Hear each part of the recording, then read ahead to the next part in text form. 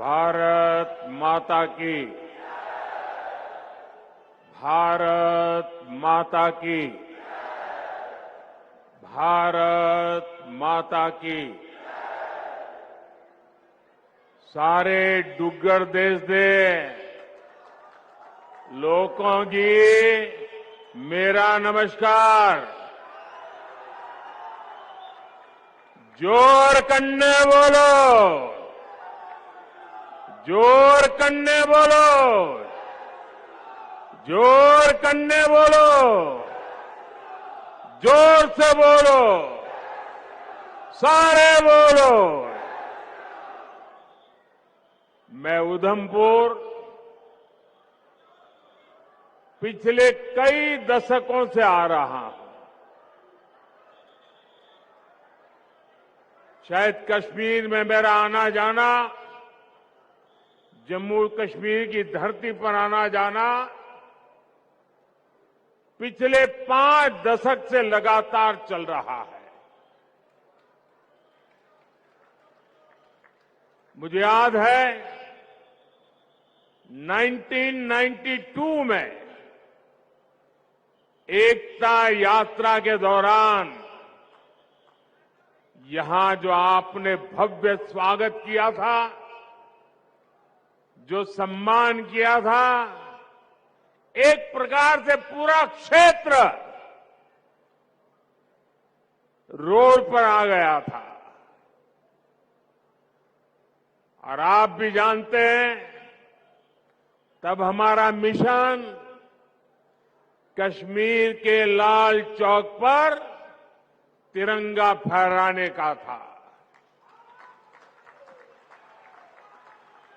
तब यहां माताओं बहनों ने बहुत आशीर्वाद दिया था। 2014 में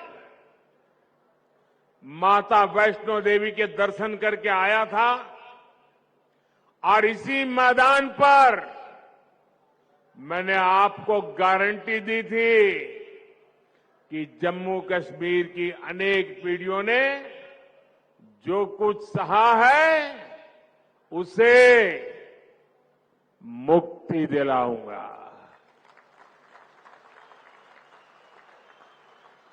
आज आपके आशीर्वाद से मोदी ने वो गारंटी पूरी कर दी है।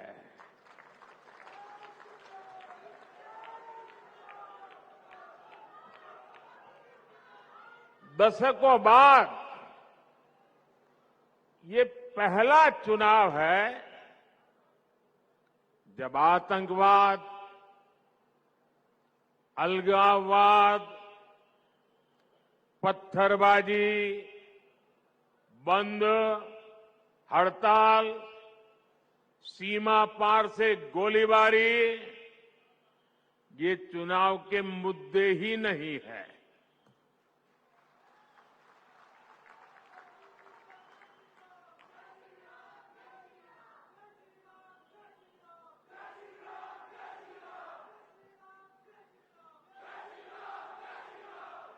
तब माता वैष्णो देवी यात्रा हो या अमरनाथ यात्रा, ये सुरक्षित तरीके से कैसे हो, इसको लेकर ही चिंताएं होती थी। अगर एक दिन शांति से गया तो अखबार में बड़ी खबर बन जाती थी। आज स्थिति एकदम बदल गई है। आज जम्मू कश्मीर में विकास भी हो रहा है और विश्वास भी बढ़ रहा है। इसलिए आज जम्मू और कश्मीर के चप्पे चप्पे में भी एक ही गूंज सुनाई दे रही है। फिर एक बार, फिर एक बार, फिर एक बार, भाइयों और बहनों, ये चुनाव सिर्फ सांसद चुनने भर का नहीं है, बल्कि ये देश में एक मजबूत सरकार बनाने का चुनाव है। और सरकार जब मजबूत होती है तो जमीन पर चुनौतियों के बीच भी चुनौतियों को चुनौती देते हुए काम करके दिखाती है। दिखता है कि नहीं दिखता है? दिखता है कि नहीं दिखता है? यहां जो पुराने लोग हैं उनको 10 साल पहले का मेरा भाषण याद होगा। यही मैंने आपसे कहा था कि आप मुझ पे भरोसा कीजिए।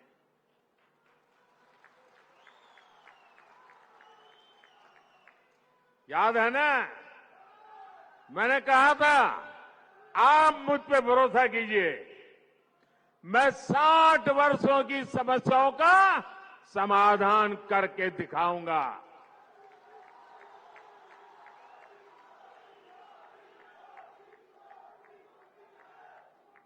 तब मैंने यहां माताओं बहनों के सम्मान की गारंटी दी थी। गरीब को 2 वक्त के खाने की चिंता न करनी पड़े, इसकी गारंटी दी थी। आज जम्मू कश्मीर के लाखों परिवारों के पास अगले 5 साल तक मुफ्त राशन की गारंटी है। आज जम्मू कश्मीर के लाखों परिवारों के पास 5 लाख रुपए के मुफ्त इलाज की गारंटी है। 10 वर्ष पहले तक जम्मू कश्मीर के कितने ही गांव थे जहां बिजली, पानी और सड़क तक नहीं थे। आज गांव-गांव तक बिजली पहुंच चुकी है। आज जम्मू कश्मीर के 75% से ज्यादा घरों को पाइप से पानी की सुविधा मिल रही है। इतना ही नहीं, ये डिजिटल का जमाना है। डिजिटल कनेक्टिविटी चाहिए। मोबाइल टावर दूर सुदूर पहाड़ों में भी लगाने का बड़ा तेज अभियान चलाया है। भाई और बहनों, मोदी की गारंटी यानी गारंटी पूरा होने की गारंटी।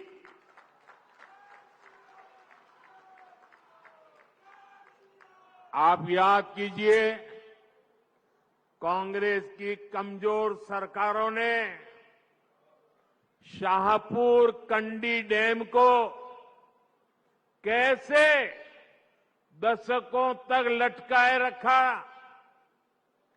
जम्मू के किसानों के खेत सूखे थे, गांव अंधेरे में थे, लेकिन हमारे हक का रावी का पानी पाकिस्तान जा रहा था। मोदी ने किसानों को गारंटी दी थी और इसे भी पूरा करके दिखाया है।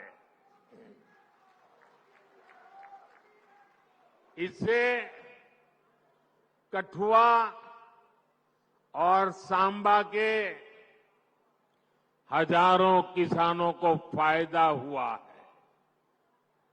यही नहीं, इस डैम से जो बिजली पैदा होगी वो जम्मू कश्मीर के घरों को रोशन करेंगे। भाइयों और बहनों, मोदी विकसित भारत के लिए विकसित जम्मू कश्मीर के निर्माण की गारंटी दे रहा है।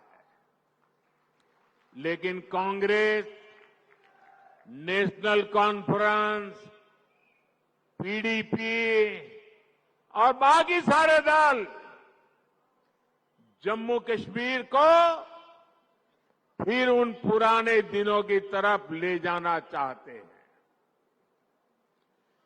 इन परिवार चलित पार्टियों ने परिवार के द्वारा ही चलने वाली पार्टियों ने जम्मू कश्मीर का जितना नुकसान किया, उतना नुकसान किसी ने नहीं किया है। यहां तो पॉलिटिकल पार्टियां मतलब of the family, by the family, for the family.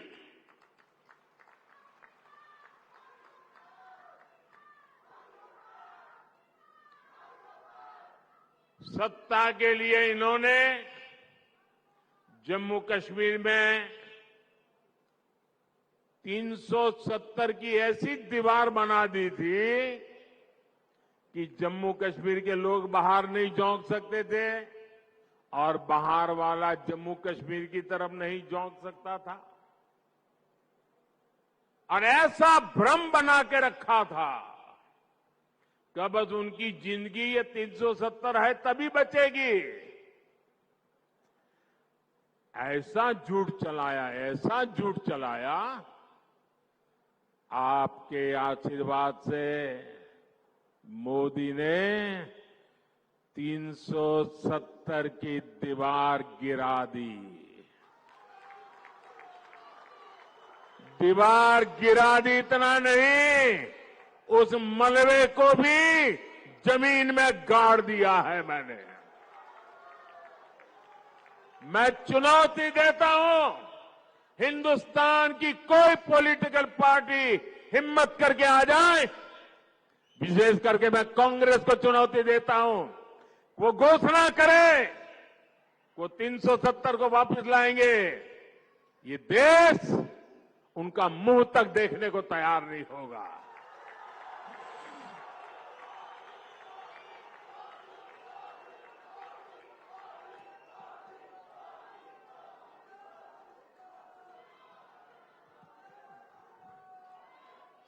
ये कैसे कैसे भ्रम फैलाते हैं, कैसे कैसे लोगों को डरा के रखते हैं।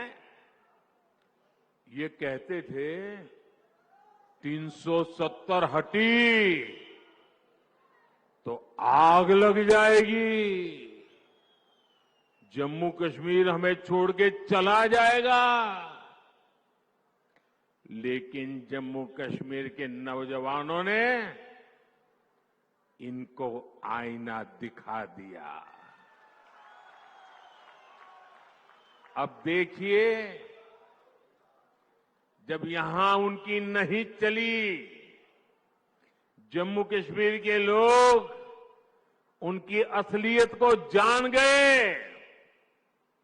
अब जम्मू कश्मीर में उनके झूठे वादे, भ्रम की मायाजाल नहीं चल पा रही है, तो ये लोग अब जम्मू कश्मीर के बाहर देश के लोगों के बीच भ्रम फैलाने का खेल खेल रहे हैं।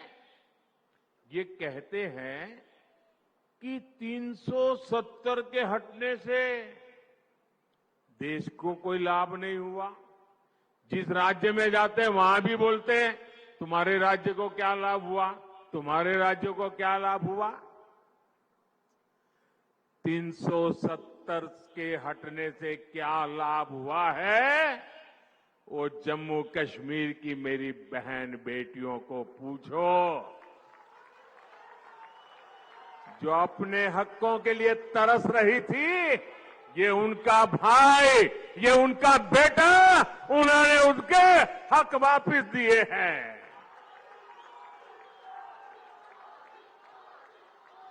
जरा कांग्रेस के लोगों, जरा देश भर के दलित नेताओं से मैं कहना चाहता हूं, यहां के हमारे दलित भाई बहन, हमारे वाल्मीकि भाई बहन देश आजाद हुए तब से परेशानी झेल रहे थे। जरा आकर के उन वाल्मीकि भाई बहनों से पूछो, गड्ढा ब्राह्मण से पूछो, कोली से पूछो और पहाड़ी परिवार हो, मचैल माता की भूमि में रहने वाले मेरे पटरी साथी हो, अब हर किसी को संविधान में मिले अधिकार मिलने लगे हैं। अब हमारे फौजियों की वीर माताओं को चिंता नहीं करनी पड़ती, क्योंकि पत्थरबाजी नहीं होती है। इतना ही नहीं, घाटी की वो माताएं मुझे आशीर्वाद देती हैं।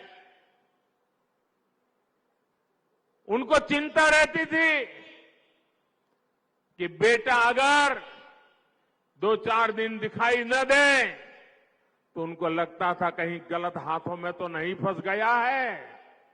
आज कश्मीर घाटी की हर माता चैन की नींद सोती है, क्योंकि अब उनका बच्चा बर्बाद होने से बच रहा है। साथियों, अब स्कूल नहीं जलाए जाते, बल्कि स्कूल सजाए जाते हैं। अब यहां एम्स बन रहे हैं, आईआईटी बन रहे हैं, आईआईएम बन रहे हैं। अब आधुनिक टनल, आधुनिक और चौड़ी सड़कें, शानदार रेल्स का सफर जम्मू कश्मीर की तकदीर बन रही है। जम्मू हो या कश्मीर, अब रिकॉर्ड संख्या में पर्यटक और श्रद्धालु आने लगे हैं। ये सपना यहां की अनेक पीढ़ियों ने देखा है और मैं आपको गारंटी देता हूं,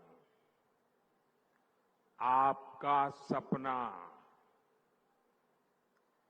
आपका सपना ये मोदी का संकल्प है।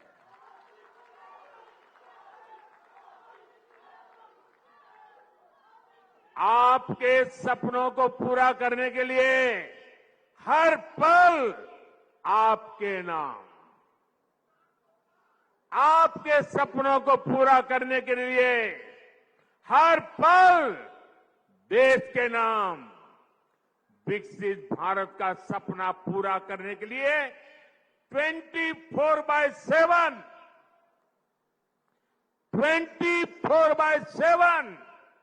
फॉर 2047 ये मोदी की गारंटी है।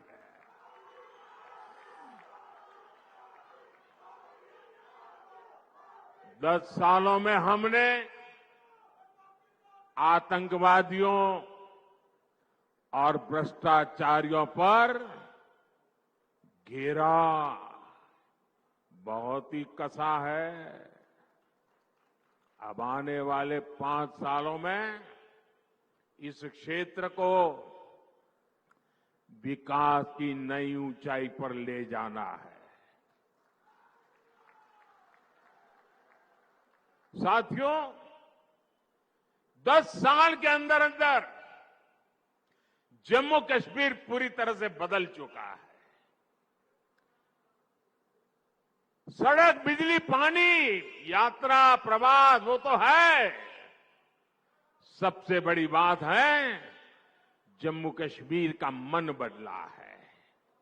निराशा में से आशा की ओर बढ़े हैं।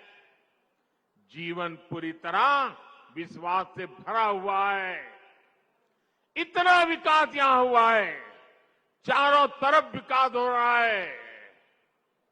लोग कहेंगे मोदी जी, अरे इतना कर लिया, आप चिंता मत कीजिए, हम आपके साथ हैं।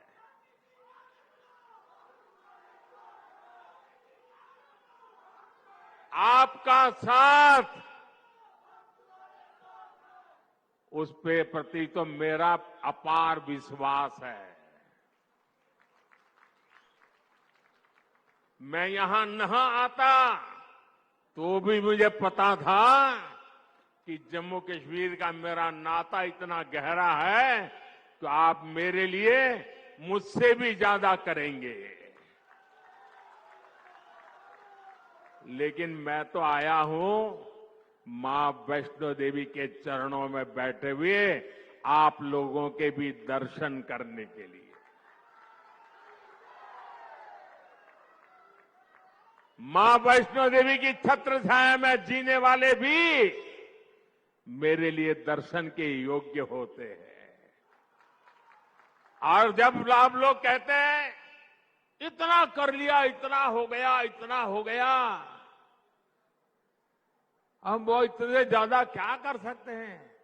मेरे जम्मू कश्मीर के भाई बहन, आपने पहले इतने बुरे दिन देखे हैं कि आपको ये सब बहुत लग रहा है, बहुत अच्छा लग रहा है, विकास जैसा लग रहा है। लेकिन जो मोदी है ना, वो तो बहुत बड़ा सोचता है। ये मोदी दूर का सोचता है और इसलिए अब तक जो हुआ है वो तो ट्रेलर है, ट्रेलर। मुझे तो नए जम्मू कश्मीर की नई और शानदार तस्वीर बनाने के लिए जुट जाना है। वो समय दूर नहीं जब जम्मू कश्मीर में भी विधानसभा के चुनाव होंगे। जम्मू कश्मीर को वापस राज्य का दर्जा मिलेगा। आप अपने विधायक, अपने मंत्रियों से अपने सपने साझा कर सकेंगे। हर वर्ग की समस्याओं का तेजी से समाधान होगा। यहां जो सड़कों और रेल का काम चल रहा है वो तेजी से पूरा होगा। देश विदेश से बड़ी बड़ी कंपनियां, बड़ी बड़ी फैक्ट्रियां और ज्यादा संख्या में आएगी। जम्मू कश्मीर टूरिज्म के साथ ही स्पोर्ट्स और स्टार्टअप के लिए जाना जाएगा। इस संकल्प को लेकर मुझे जम्मू कश्मीर को आगे बढ़ाना है। भाइयों और बहनों, ये परिवार चलित, परिवारवादी, परिवार के लिए जीने मरने वाली पार्टियों विकास की भी विरोधी है और विरासत की भी विरोधी है। आपने देखा होगा कि कांग्रेस राम मंदिर से कितनी नफरत करती है।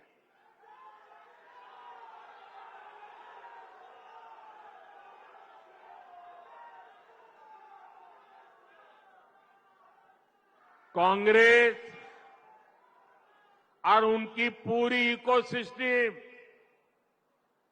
अगर कहीं मुंह से राम मंदिर भी निकल गया तो चिल्लाने लग जाती है, रात दिन चिल्लाती है कि राम मंदिर बीजेपी के लिए चुनावी मुद्दा है। राम मंदिर न कभी चुनाव का मुद्दा था, न चुनाव का मुद्दा है और न ही कभी चुनाव का मुद्दा बनेगा। अरे राम मंदिर का संघर्ष तो तब से हो रहा था जब भाजपा का जन्म भी नहीं हुआ था। राम मंदिर का संघर्ष तो तब से हो रहा था जब यहां अंग्रेज सल्तनत भी नहीं आई थी। राम मंदिर का संघर्ष 500 साल पुराना है, जब कोई चुनाव का नामो निशान नहीं था। जब विदेशी आक्रांताओं ने हमारे मंदिर तोड़े, तो भारत के लोगों ने अपने धर्म स्थलों को बचाने की लड़ाई लड़ी थी। वर्षों तक लोगों ने अपनी ही आस्था के लिए क्या क्या नहीं झेला। कांग्रेस और उसके सहयोगी दलों के नेता बड़े बड़े बंगलों में रहते थे, लेकिन जब रामलला के टेंट बदलने की बात आती थी, टेंट पर जो ताड़पत्री वो बदलने की बात आती थी, तो लोग मुंह फेर लेते थे, अदालतों की धमकियां देते थे। बारिश में रामलला का टेंट टपकता रहता था और रामलला के भक्त टेंट बदलवाने के लिए अदालतों के चक्कर काटते रहते थे। ये उन करोड़ों अरबों लोगों की आस्था पर आघात था जो राम को अपना आराध्य कहते हैं।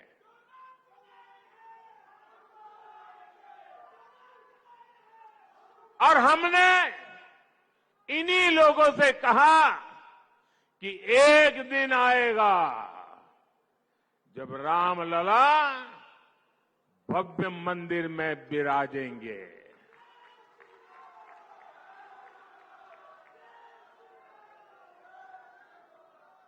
और तीन बातें कभी भूल नहीं सकते। एक, 500 साल के अविरत संघर्ष के बाद ये हुआ है। आप सहमत हैं? 500 साल के अविरत संघर्ष के बाद हुआ है। आप सहमत हैं? दूसरा, पूरी न्यायिक प्रक्रिया की कसौटी से कस करके, न्याय के तराजू से तोल करके अदालत के निर्णय से ये काम हुआ है। सहमत है? तीसरा, ये भव्य राम मंदिर सरकारी खजाने से नहीं, देश के कोटि कोटि नागरिकों ने पाई पाई दान देकर बनाया है। सहमत है? जब उस मंदिर की प्राण प्रतिष्ठा हुई, जब उस मंदिर की प्राण प्रतिष्ठा हुई, तो पिछले 70 साल में कांग्रेस ने जो भी पाप किए थे, जो भी रुकावटें डाली थी, उनके साथियों ने जो भी रुकावटें डाली थी, सबको माफ करके राम मंदिर के जो ट्रस्टी हैं, वो खुद कांग्रेस वालों के घर गए, इंडी गठबंधन वालों के घर गए, उनके पुराने पापों को माफ कर दिया और उन्होंने कहा राम आपके भी हैं, आप प्राण प्रतिष्ठा में जरूर पधारिए। सम्मान के साथ बुलाया, लेकिन उन्होंने इस निमंत्रण को भी ठुकरा दिया।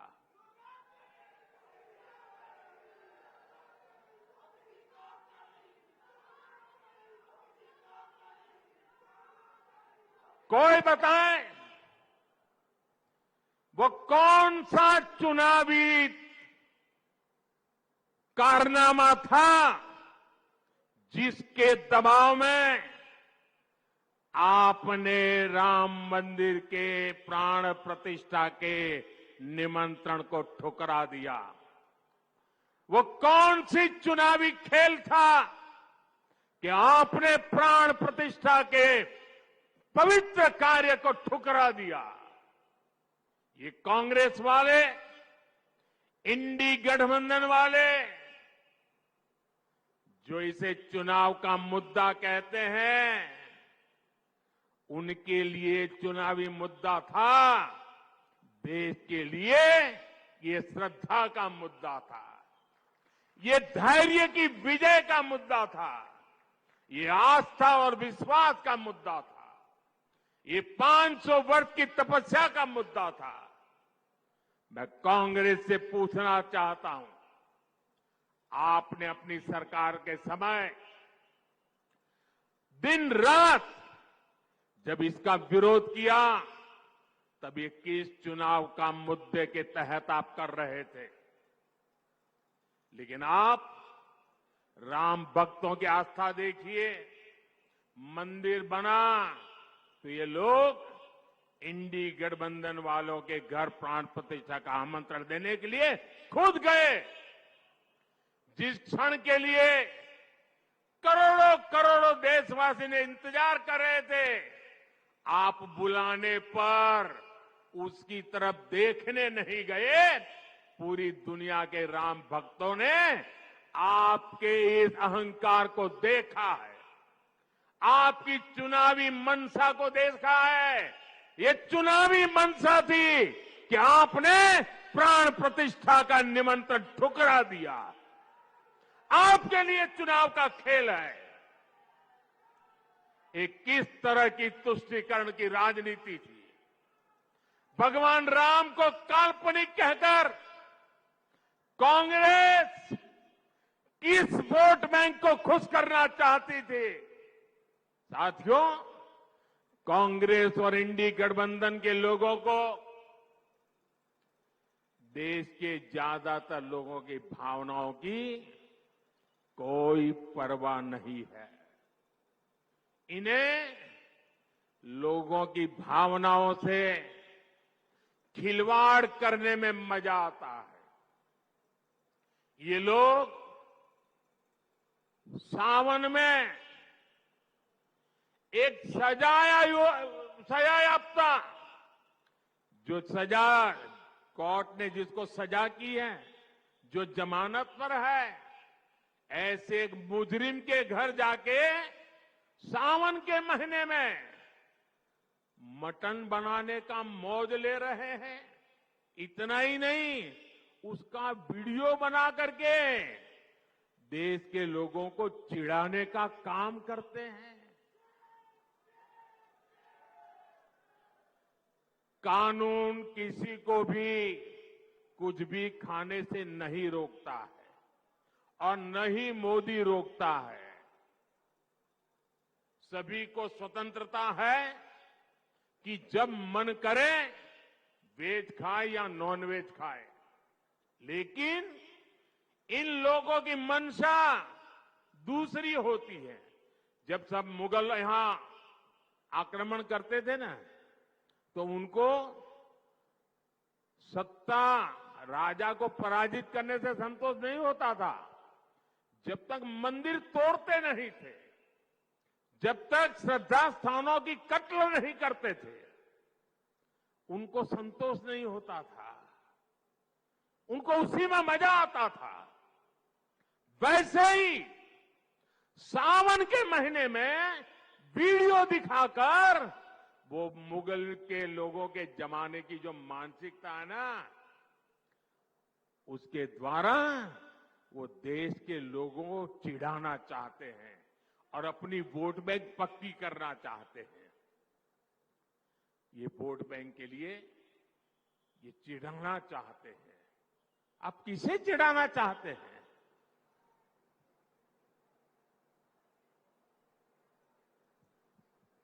नवरात्र के दिनों में अपना नॉनवेज खाना आप किस मंशा से वीडियो दिखा दिखा करके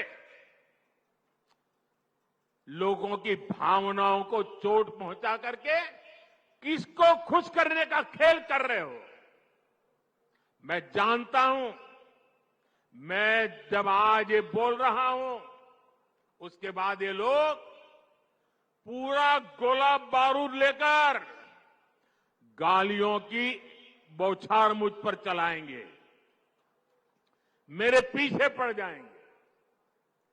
लेकिन जब बात बर्दाश्त से बाहर हो जाती है तो लोकतंत्र में मेरा दायित्व बनता है मैं देश को सही चीजों का सही पहलू बताऊं और वो मेरा कर्तव्य पूरा कर रहा हूं। ये लोग ऐसा जानबूझकर इसलिए करते हैं ताकि इस देश की मान्यताओं पर हमला हो। ये इसलिए होता है ताकि एक बड़ा वर्ग इनके वीडियो कर देखकर चिढ़ता रहे, असहज होता रहे। समस्या इस अंदाज से है, तुष्टीकरण से आगे बढ़कर ये इनकी मुगलिया सोच है। लेकिन ये लोग नहीं जानते, जनता जब जवाब देती है तो बड़े बड़े शाही खानदार के युवराजों को बेदखल होना पड़ता है। साथियों, ये जो परिवार चलित पार्टियां हैं, ये जो भ्रष्टाचारी है, अब इनको फिर मौका नहीं दे रहा है। उधमपुर से डॉक्टर जितेंद्र सिंह और जम्मू से जुगल किशोर जी नया रिकॉर्ड बनाकर संसद भेजना है। जीत के बाद दोबारा जब उधमपुर आऊं तो स्वादिष्ट कलाड़ी का आनंद जरूर लूंगा।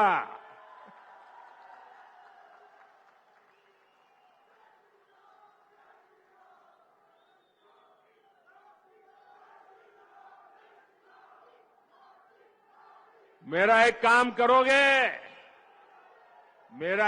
करोगे, माता वैष्णो देवी को, वहां मैं जा नहीं पा रहा हूं यहां इतना निकट आकर के, तो माता वैष्णो देवी की क्षमा मांगिए और मेरी तरफ से मत्था टेकिए। टेकोगे? दूसरा एक काम करोगे, एक और काम करोगे, मेरा एक काम और करोगे? जरा उधर से आवाज आए, काम करोगे? इधर से आवाज आए, करोगे? पीछे से आवाज आए, करोगे? पक्का करोगे? देखिए, आप घर घर जाना है और घर घर जाके कहना, मोदी जी उधमपुर आए थे, मोदी जी ने आपको प्रणाम कहा है, राम राम कहा है, जय माता दी कहा है। कहोगे? कहोगे? मेरे साथ बोलिए, भारत माता की, भारत माता की, भारत माता की। बहुत बहुत धन्यवाद।